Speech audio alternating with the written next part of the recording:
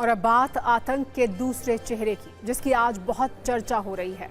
नाम है डॉक्टर शाहीन सईद, जो सिर्फ नाम की डॉक्टर थी।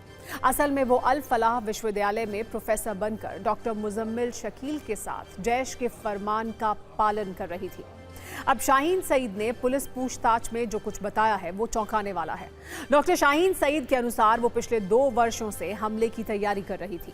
विस्फोटक को जमा करने की जिम्मेदारी शाहीन सईद के पास ही थी और शाहीन ने खुद ये बताया है कि वो ये काम पिछले 2 साल से कर रही थी। इसके पीछे कई आतंकी थे शाहीन की जो मदद कर रहे थे। अब ये बात भी सामने आ चुकी है कि शाहीन शाहिद जैश ए मोहम्मद से जुड़ी हुई थी। वो भारत में जैश की महिला विंग की चीफ थी और इस डॉक्टर आतंकी शाहीन सईद के पास ही भारत में आतंकियों की भर्ती की जिम्मेदारी भी थी। आज हम आपको सफेद कोट से आतंक के नेटवर्क तक का सफर करने वाली आतंकी शाहीन सईद की कुछ पुरानी तस्वीरें भी दिखाते हैं, जो वर्ष 1996 की बताई जा रही हैं। सूत्रों से मिली जानकारी के मुताबिक शाहीन ने 1996 बैच में MBBS में दाखिला लिया था।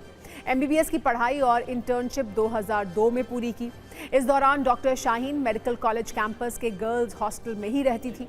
वैसे ये बताया जा रहा है कि वो पहले भी धार्मिक रूप से कट्टर थी। शाहीन सईद को लेकर उसके भाई और पूर्व पति ने TV9 भारतवर्ष को जो कुछ बताया है उसे भी आपको सुनना चाहिए।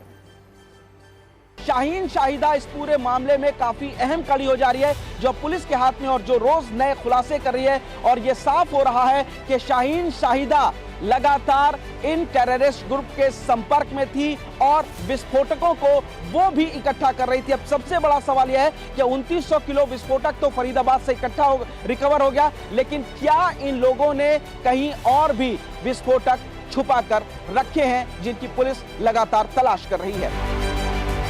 इतनी बड़ी घटना हुई, इतनी बड़ी घटना में उनका इन्वॉल्वमेंट जब बताया जा रहा है, आपको यकीन हो रहा है कि ऐसा हो सकता है? क्या सोचते हैं आप? यकीन तो नहीं हो रहा है।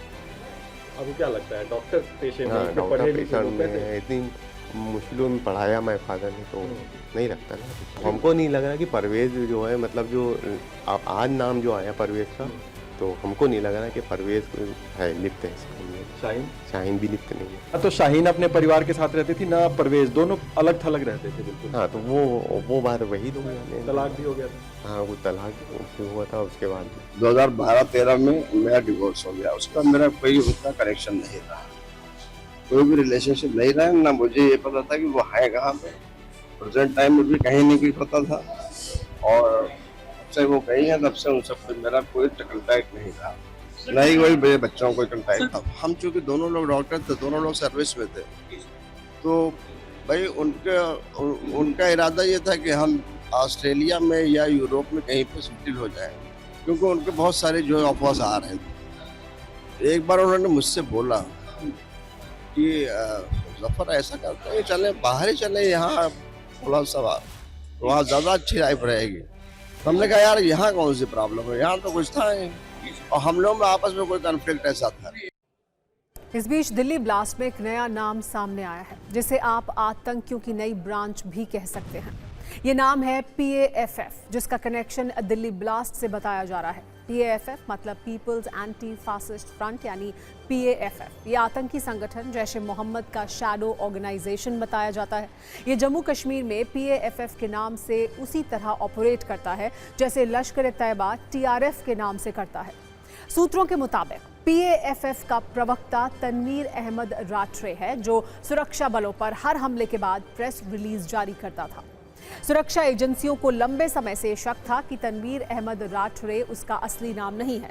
अब जांच एजेंसियां डॉक्टर अदील अहमद राठरे से पूछताछ कर रही हैं, लेकिन दिल्ली धमाके की जांच के बीच एक सवाल अब भी बना हुआ है। क्या अब भी कोई बड़ा खतरा बाकी है?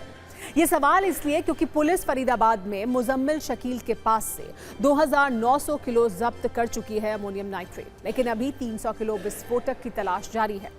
बताया जा रहा है कि बांग्लादेश से 3200 किलो विस्फोटक लाया गया था, जो फर्टिलाइजर कंपनी से चोरी किया गया था। इसमें से 300 किलो विस्फोटक अभी नहीं मिला है। मतलब सुरक्षा एजेंसियों के सामने इस वक्त सबसे बड़ी चुनौती है बचे हुए 300 किलोग्राम के अमोनियम नाइट्रेट को बरामद करना।